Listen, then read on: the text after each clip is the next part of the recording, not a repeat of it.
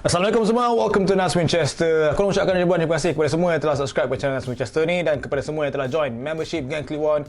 You guys are the best, korang memang terbaik lah. Thank you so much guys for your support. Jadi untuk True Crime malam ni yang aku nak sampaikan kepada korang kan, ia adalah bukan satu benda yang baru ataupun pelik seperti kes-kes pembunuhan yang tak boleh brain ataupun kes-kes serial killer yang macam pelik-pelik tau. Tetapi guys, dalam kisah True Crime malam ni kan, dia macam ingin menyampaikan satu message walau dah berapa banyak kali pun terdapat awareness yang telah dilakukan berkenaan dengan masalah ini tau. So apakah masalah itu kan? Tak lain tak bukan masalah gejala kegunaan dadah. Sebab kes yang berlaku ni kan, dia punya mental memang tak boleh belah guys. Dan dia punya padah memang the next level dan juga merosakkan kepala otak sesetengah individu yang terlibat dalam kes pada malam ni. Jadi tanpa membahas lagi, macam biasa, nama aku Nas and I am your True Crime Storyteller. Let's go.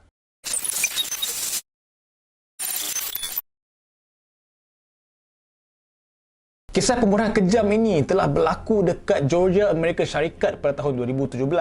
Dan tahun tersebut terdapat seorang perempuan ni, nama dia adalah Cassandra ataupun dia ni lebih dikenali sebagai Cassie tau. Dia ni merupakan seorang gadis remaja yang hanya berusia 16 tahun yang tinggal bersama dengan datuk serta nenek dia tau. Iaitu pasangan Randall dan juga Wendy. Berkenaan dengan si Cassie ni kan, memang tak banyak diketahui tau. Sebab pada zaman kanak-kanak dia kan, memang tak dapat banyak info lah berkenaan dengan budak ni tau. Tetapi setakat yang dapat dipastikan Randall dan Wendy ni, atuk dan juga nenek ni telah mendapat hak penjagaan terhadap Cassie iaitu pada bulan Januari tahun 2016. Dan Cassie pada waktu sebelum itu dia ni tinggal bersama dengan ibu dan bapa tiri dia tau. Tak tahu apa terjadi dekat dia punya parents sebab tak dapat banyak info berkenaan dengan si Cassie ni tau. So disebabkan itu, si Wendy ni pun dia macam tekad lah nak menjaga si Cassie ni kan, dengan harapan untuk mengubah kehidupan cucunya itu yang sangat bermasalah guys. Sebab si Cassie ni kan, yang pada waktu itu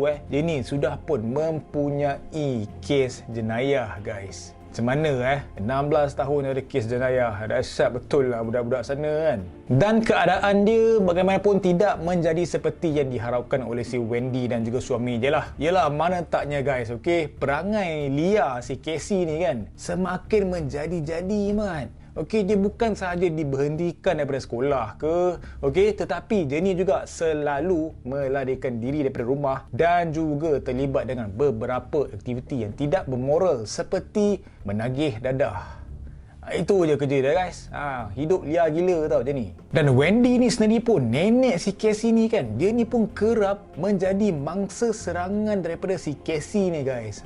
Nampak daripada liar kan, memang whatnot gila bai. Dia punya nenek pun dia bagi sebat man. Sehinggalah pada 1 April tahun 2017, Wendy sekali lagi dia telah memuat naik status dekat Facebook dia kan. Status hantaran Facebook dia tu di mana dia merayu kepada pengguna Facebook untuk membantunya mencari si Cassie ni, cucu dia. Dah apa pula dah jadi kan dekat si Cassie ni kan. Jadi pada 6 April tahun 2017, pihak polis tempatan telah menerima satu panggilan telefon yang meminta mereka untuk pergi memeriksa ke rumah Wendy dan juga Randall ni. So macam pelik lah, kenapa pula si polis nak pergi cek dekat rumah si Wendy dengan Randall kan? Perkara itu adalah susulan sebab kedua-dua warga emas tersebut tidak dapat dihubungi dan juga dilihat langsung ataupun tak keluar daripada rumah mereka dalam tempoh seminggu terakhir sebelum panggilan tersebut telah dibuat tau. Sebab jiran-jiran kat rumah dia tu kan, dia macam dah biasa tau tengok si Randall dengan Wendy ni akan keluar daripada rumah buat apa, berkebun ke kan, borak-borak dengan si jiran ke apa semua kan. So macam dah seminggu lebih sejak daripada panggilan tu telah dibuat, diorang tak nampak guys kelibat dua orang warga emas ni tau.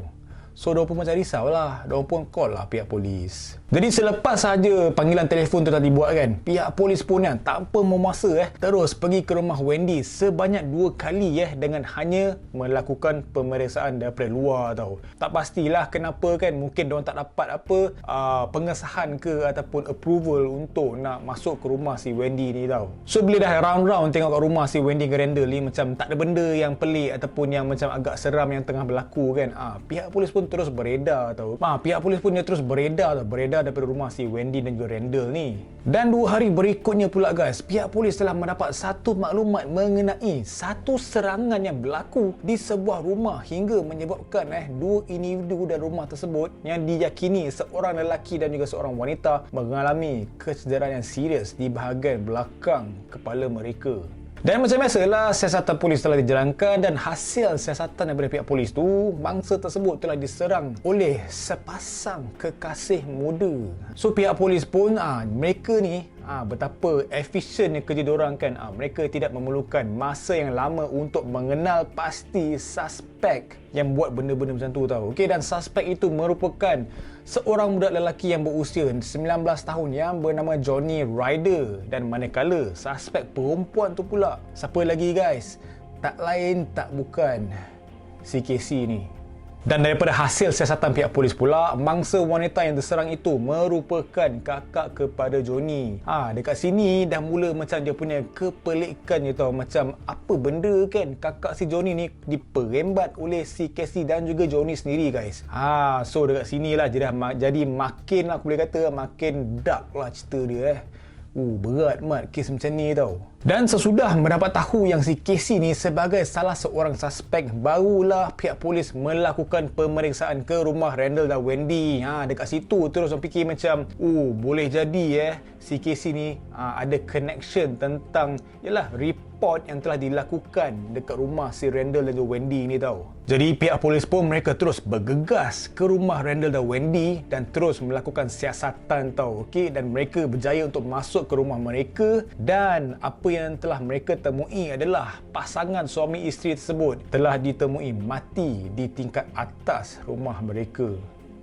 Aduh, kesian weh. Dan berdasarkan laporan forensik yang telah dilakukan, Randall dan Wendy dipercayai mati akibat dibunuh dengan cara tikaman pisau selain dipukul pada bahagian kepala menggunakan objek yang keras. Dan yang lagi menyedihkan guys, penemuan mayat Randall dan juga Wendy ni itu hanya dibuat pada waktu seminggu selepas pembunuhan mereka. Tak tahu macam mana rupa mayat si Randall dan Wendy ni. So bila pihak polis dah tengok macam dah teruk sangat kes ni kan, mereka pun terus melancarkan operasi pemburuan Johnny dan juga Casey yang diyakini sebagai suspek utama pembunuhan Randall dan juga Wendy.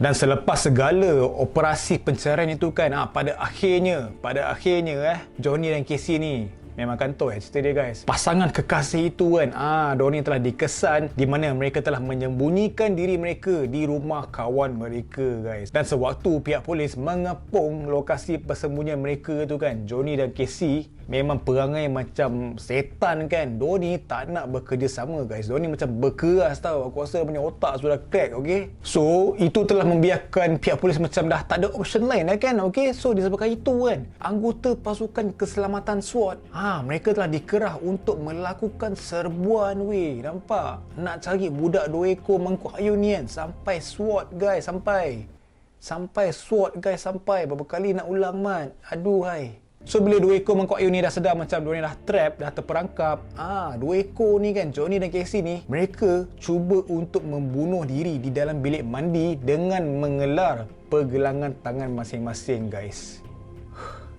Nampak dia punya betapa darknya kes ni kan. Budak-budak yang berusia 16 dengan juga 19 tahun sanggup buat benda-benda macam ni Walau bagaimanapun, diorang punya cubaan itu telah gagal guys, okay. Sebab pasangan tersebut selepas mereka telah mengelar tangan diorang tu, diorang ni sempat lagi diselamatkan. Plan tak jadi mat, nak bunuh diri kena selamat pula. Pisang. Dan berkenaan dengan apa yang berlaku pada waktu kejadian pembunuhan Randall dan Wendy tu kan, mereka berdua ni, kesian gila tu, telah dipukul dan juga ditikam sampai mati sewaktu mereka sedang tidur guys. Okey, dan senjata yang telah digunakan oleh Johnny dan Casey gunakan tu adalah tukul besi, kayu baseball dan juga pisau dapur. Kejam tak kejam nenek dan juga datuk sendiri dia sanggup buat macam ni tau.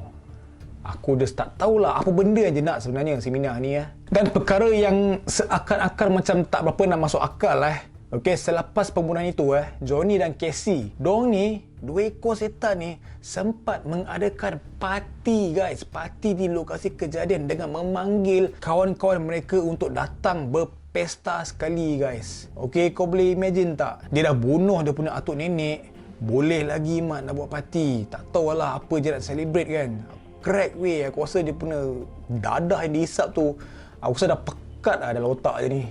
Dan yes, apakah motif sebenarnya si Casey dan juga Johnny ni kan sampai bunuh begitu kejam dekat atuk dengan nenek sendiri kan? Okey, jadi si Casey ni dia telah memberitahulah bahawa dia ni memang dah tak tahan untuk tinggal bersama dengan atuk dengan nenek dia yang memiliki perwatakan yang tegas tau. Okey, I mean, come on lah. Perangai kau dah macam tu, tak boleh dikawal. Fahamlah kenapa atuk nenek dah jadi tegas tau. Sebab ialah dah buat macam-macam cara nak memberikan kehidupan yang lagi bagus, lagi elok untuk si Casey ni, tapi dia pun perangai keras kepala semua kan. Itu sahaja sebab dia guys. Aku just tak boleh nak brain lah. Memang tak boleh brain bye.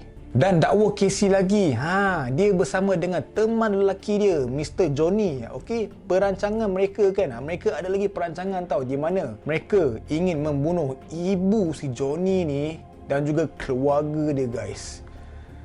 Weh, aku tak tahu macam mana boleh wujudnya niat sebegitu dalam budak yang berusia 16 dan juga 19 tahun guys. Dia punya jelah gejala keguran dadah diorang ni dah menjadi semakin tidak dikawal sampaikan boleh mempunyai niat dan juga pemikiran yang boleh nak buat perancangan untuk membunuh keluarga si boyfriend ni guys. And dia punya boyfriend ni pun macam bangang enggak aku rasa kan. Cuma yang nasib baiknya lah perancangan tersebut bagaimanapun dibatalkan atas sebab-sebab yang tertentulah. Okey, dan berhubung dengan keputusan pembicaraan kes, Johnny dan juga Casey telah didapati bersalah dan juga telah dipenjarakan 2 hukuman penjara seumur hidup dan juga tambahan 21 tahun penjara serentak.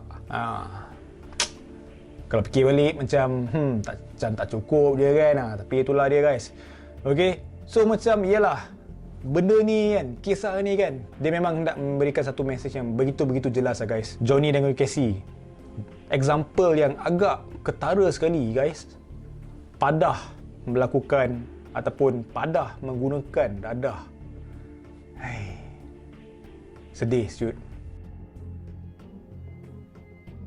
Jadi itulah dia guys, kisah true crime pada malam ni di mana seorang wanita ataupun seorang cucu bersama pasangan dia telah melakukan satu pembunuhan yang begitu kejam ke atas 2 orang insan yang telah mengambil amanah dan juga tanggungjawab untuk menjaga dan juga membesarkan dia supaya mempunyai kehidupan yang lebih baik, tetapi pada akhirnya telah dibunuh dengan begitu kejam dengan pengaruh dadah dan juga gejala kehidupan bebas yang tanpa dikawal. Jadi aku harap korang enjoy dengan konten pada malam ni, and aku nak mengucapkan terima kasih sebab tengok video ni sampai habis, dan aku juga ingin memohon maaf jika terdapat sebarang kesilapan dan juga kekurangan. And again yes, aku nak mengucapkan terima kasih kepada semua yang telah subscribe, dan kepada mana yang belum lagi subscribe, please tekan the subscribe button, dan kepada mana yang ingin menjadi Gang Kliwon, please tekan the join button dekat bawah ni. Thank you guys. I will see you in the next premiere. Never stop creating. Please stay safe, stay healthy guys. Take care. Assalamualaikum. Bye bye.